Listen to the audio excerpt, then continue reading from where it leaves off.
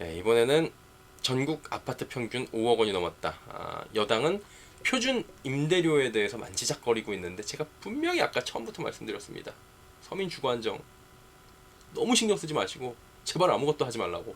지금 상황에서 이게 얼마나 위험한 건지에 대해서 이야기를 좀 나눠보도록 하겠습니다. 일단은 서민 아파트 절반 매매가 5억 원을 넘었다는 얘기가 뭐냐면은 그냥 진짜 이제 전국의 아파트 가격이 5억 원이 넘은 거예요. 평균 가격이.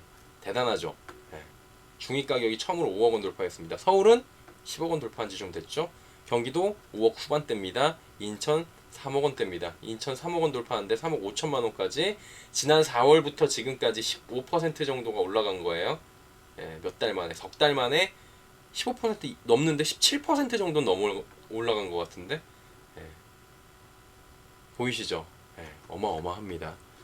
자, 그러면 이러다 보니까 정부는 표준 임대료 도입에 대해서 만지작거리고 있습니다. 보완책 하나로 전월세 시장의 후폭풍이 예상된다. 신규 계약에 대해서 하는 거예요. 네. 그러니까 예전에는 표준 임대료 도입이 뭐냐면은 요거를 그냥 제가 표로 정리해놨는데 조금 이야기를 해볼게요. 현행 같은 경우에는 전월세 계약을 한 차례 연장할 수 있어서 2+2라고 그러잖아요. 2년 살고 있으면은 집주인이 6개월 전에 뭐 등기를 치지 집주인이 바뀌어도 6개월 전에 등기 치지 않으면 혹은 뭐 거주를 하겠다고 미리 의사를 표시하지 않으면 2+2로 그냥 자연스럽게 연장이 되고 최대 상한선은 5%잖아요. 임대료 상한선이. 근데 이건 기존 계약에 대해서만인 거예요. 그렇죠? 이 과정에서 임대인이 추후 계약갱신 시 임대료 증액이 제한되는 것을 대비해서 임대료를 한꺼번에 올리는 경향. 한마디로 임대를 내가 받기 위해서는 4년 동안 못 올리니까 한꺼번에 받아야지 하는 경향이 생겼다. 첫 번째, 여당에서 얘기하는 문제점은. 그리고 이로 인해서 신규 계약과 계약갱신의 차이가 벌어지는 이른바 이중 가격이 문제다라고 이야기를 하고 있는 겁니다. 네. 문제점에 대해서는 뭐 여당이 짚어냈어요. 그렇다면 요거에 대한 문제점을 제가 짚어드리도록 하겠습니다. 임대료 상승폭을 일정 수준으로 묶어야 한다. 표준 임대료, 그래서 이런 것 등을 비롯해서 보완책을 마련한다는 겁니다. 제가 아까도 말씀드렸습니다. 검토만 하시라고요. 이거 통과되면 진짜로 주택가격, 특히 전월세 시장 이거 잡지 못합니다. 전월세 가격 올라가면 매매 가격 또 올라가요. 주거안정 찾다가 주거안정 또 밀려나가는 이런 상황이 지금 발생할 수 있는데, 자, 무엇이 문제인지, 재산권 침해니 뭐 시장경제 원리 무시니 이런 얘기는 이제 원론적 언급은 제가 금하겠습니다. 이거는 뭐 할 필요가 없을 것 같아갖고, 지금 문제라고 지적하는 부분 있잖아요. 아까 전에 문제라고 지적한 거, 신규 계약을 했을 때 어때요? 추후 계약갱신. 그러니까 한마디로 제가 집주인이에요. 집주인인데 A라는 사람한테 임대를 줄 건데 원래는 2년만 하면 4억 해보고 그 뒤에 생각해보지, 시장 시세는 4억이니까. 근데 2년 뒤에도 어떻게 될지 모르니까 4년 뒤의 시세를 내가 미리 혼자 계산하고 보수적으로 해가지고 한 6억에 올려버리는 거야. 주변 시세가 그리고 다 그렇게 가요. 그러다 보니까 이게 4억짜리가 요즘에 8억 같죠? 네. 미래 산정을 과하게 한다라는 건데, 자, 역으로 생각해 보세요. 고려해서 미리 임대료를 올리는 게 아니라 미래 산정을 안정적으로 하는 거예요. 집주인 입장에서는. 이거 왜 그렇게 됐어요? 2+2 아니었으면 이런 일이 한 번도 발생을 한 적이 없다니까요. 그쵸? 2년 뒤에 5%보다 더 올리면 물론 2년만 있을 때는 2년 뒤에 5%보다 더 올리는 경우도 있었고, 이건 시세에 따라서잖아요. 수요 공급에 따라서. 오히려 전세값이 내려가는 경우도 있었고, 전세값 귀찮아갖고 서로 그냥 한 8년째 그냥 사는 사람들도 많았어요. 심지어 서울 쪽에 주요 단지에서도. 멀쩡한 집들도 있는데 멀쩡한 집들도 옆에서 올리니까 덩달아 올려버리는 거예요. 심리상으로. 이 심리가 기인한 부분이 부동산 굉장히 크거든요. 그렇지 않은 경우도 많잖아, 이 사람아. 물론 있죠. 많죠. 근데 아닌 경우만 생각할 게 아니라 이 경우에는 맞는 경우도 같이 생각을 해줘야 된다는 거예요. 둘의 균형을 맞춰야 된다는 거죠.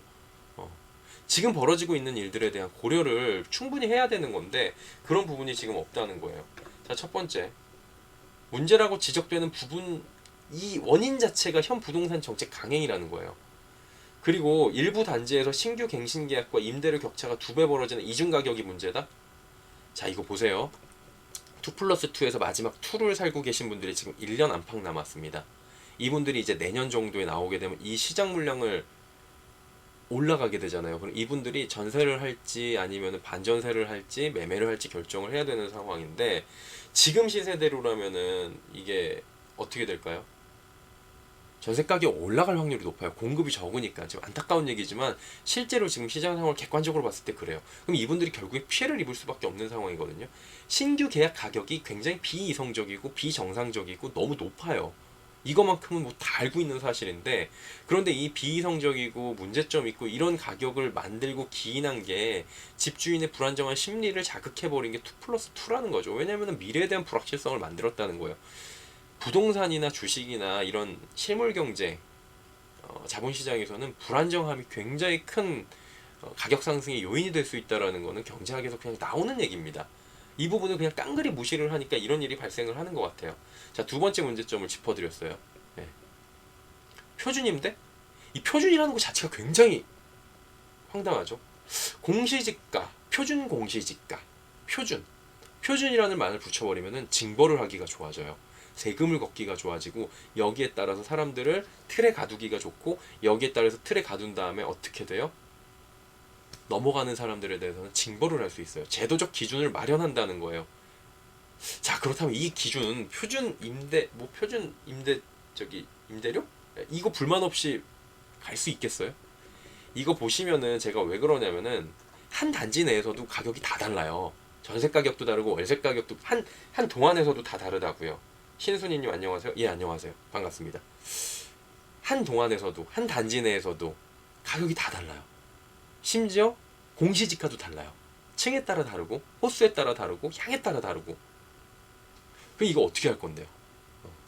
야, 백삼동 202호는 얼마고, 백삼동 204호는 얼마고, 야, 저 집은 올리면 안 돼. 저 집은 안 되고, 이 집은 올려야 되고.